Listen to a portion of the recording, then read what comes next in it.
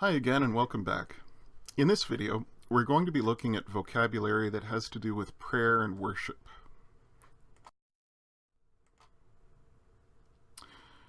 The basic verb to worship is proskuneo, but this is not primarily or in the first place an inward attitude. It's actually begins as a verb describing a physical stance.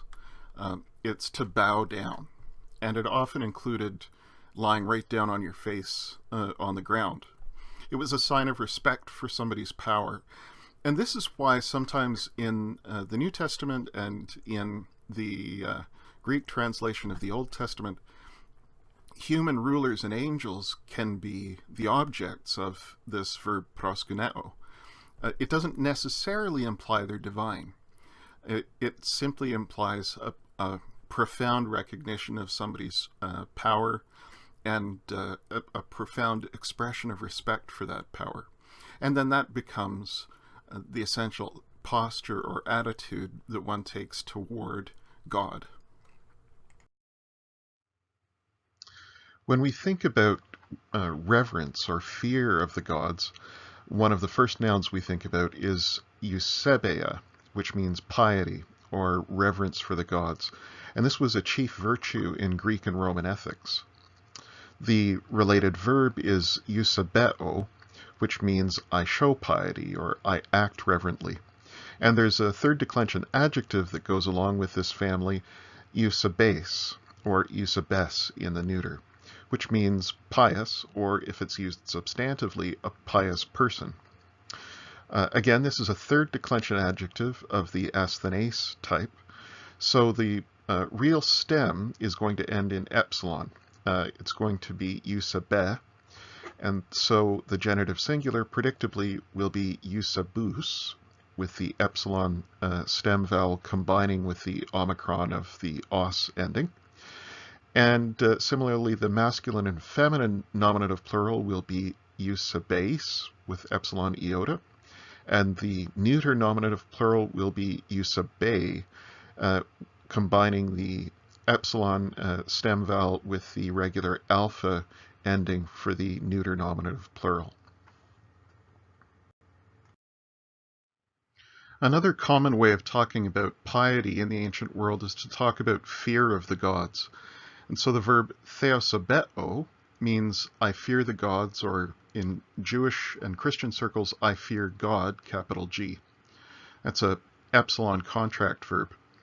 The related adjective is theosebes, and in the neuter theosebes, which means God-fearing. And in the substantive, ha theosebes, that's the term for a God-fearer. That term was often used for Gentiles who adopted much of the Jewish law, but didn't fully convert, didn't go all the way, for example, to circumcision for men. They were often known as God-fearers. This is a third declension adjective, again, of the asthenes type, and so the genitive singular will be theosebus. The real stem is theosebe, ending in epsilon.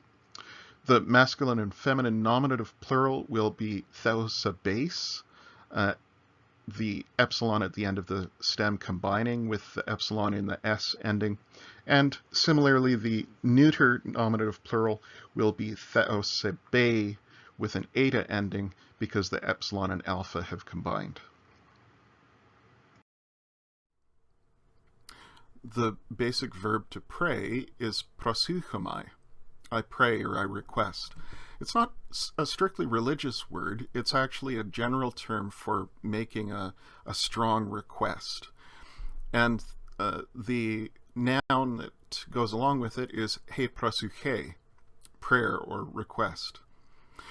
This kind of language of he proseuche or proseuchomai was often used to describe much of what went on in the Jewish synagogue services.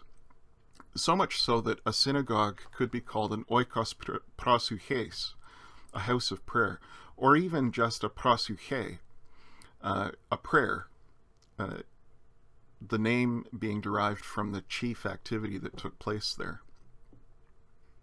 Another verb that's really a general term for making a request is aiteo. I ask, beg, or request. And the noun that goes along with that verb is he aitesis, a request, which is a third declension noun of the polis type. Religion and religious devotion could also be expressed in terms of serving the gods rather than fearing the gods. And so we have a verb like latruo, which is really a general term for performing hired service, but could also be used for performing sacred service. And similarly, he latreia could be any hired work, but could also be work devoted to God or to the gods. One form of that work would be performed by ha prophetes, the prophet or seer.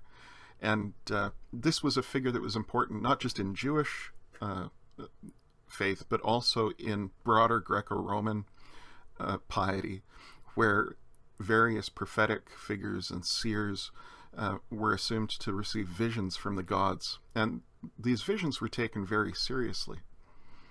Prophetes is a lot like poles in that it's a first declension masculine noun. So we have ha prophetes in the nominative. The genitive will be tu prophetu, but then from there on it'll be declined like a regular first declension noun, even though it's masculine. The verb for prophesying is prophetuo. I speak prophecy or I prophesy. And the noun for the substance, the subject matter of prophecy is propheteia, prophecy, visions, oracles.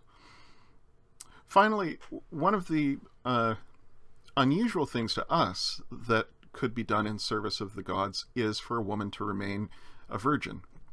And so he parthenos was a common term to hear in connection with worship in the first century. One only has to think of the Vestal Virgins in the city of Rome, who devoted themselves to the gods, and so gave up having a husband and a family. And their purity was considered crucial to the safety and integrity of the Roman state. Parthenos, sort of the opposite of ha prophetes, is a second declension feminine noun, much like he hodos. And from he parthenos, you can see where Athena's temple gets its name in Athens, that temple being called ta parthenon.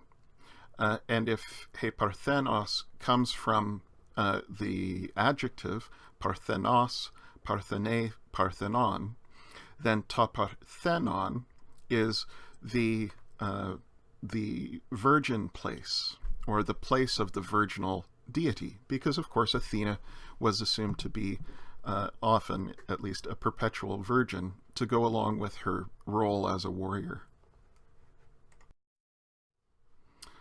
Who was worshipped by the Greeks and Romans? One of the main deities, of course, was Zeus.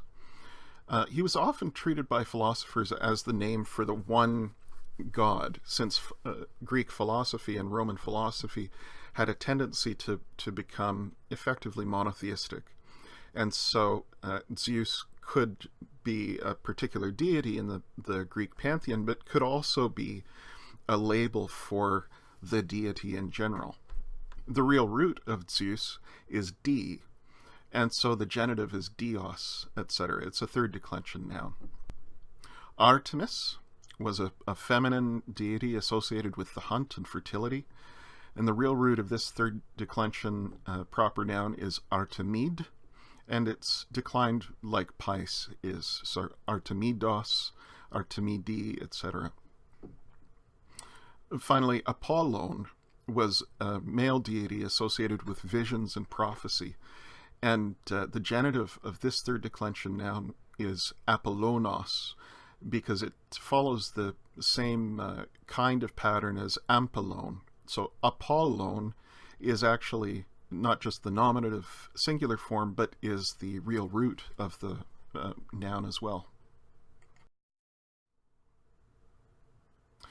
Along with those deities, in the first century world of Paul and the Gospel writers, we find the worship of the Caesar, ha Caesar, the Caesar or the Emperor.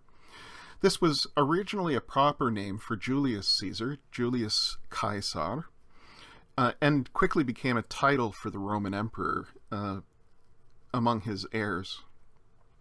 One of the things that was common in not just imperial cult centers, imperial temples to Caesar, but also in other temples, was of course ta eidolon, an image, a cult image or idol. And this could be any visual representation, especially of persons. And art, representational art, was very common throughout the Greek and Roman world. But it could also be used for particular images of pagan gods. And associated with that, Jews coined the term idolatria, which was service to idols or idolatry. And this went along with the Jewish argument that it was silly to serve and worship a physical object. So instead of worshiping the gods, this term emphasized that they were worshiping ta eidolon. They were actually worshiping the physical image. There were other spiritual beings, too, that inhabited the world of Greco-Roman religion, and these were often referred to as ha or he daimon.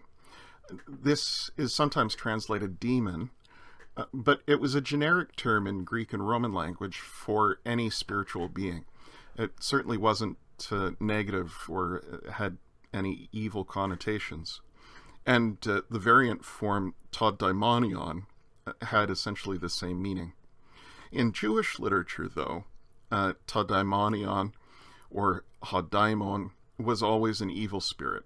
And Jews had several names for the chief of those daimonia.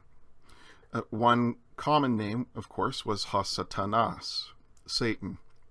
And this is just a transliteration of the Hebrew word for accuser.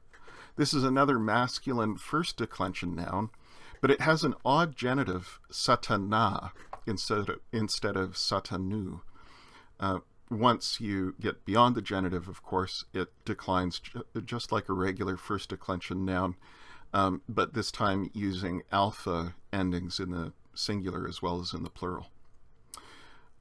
The other name that comes up in the New Testament a lot for the chief of those daimonia is ha diabolos, the devil. And this comes from the adjective diabolos, diabole, diabolon, which means slanderous or slandering.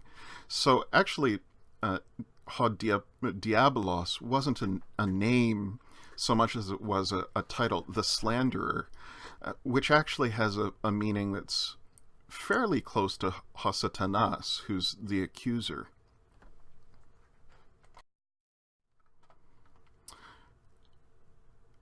Finally, the adjective for divine or godlike is theos, theai, theon. Don't confuse this with the noun theos, which has no iota in it. And so you need to watch for that iota, which is typical of the adjective theos, divine or godlike. Nearly anything could be called theos for Greeks and Romans, because anything that was thought to reflect the power and perfection of the gods, even imperfectly, could be called theos. And then ta theon became a generic term for the divine. And along with Zeus, ta theon was also used as one term for the monotheistic god of some philosophers.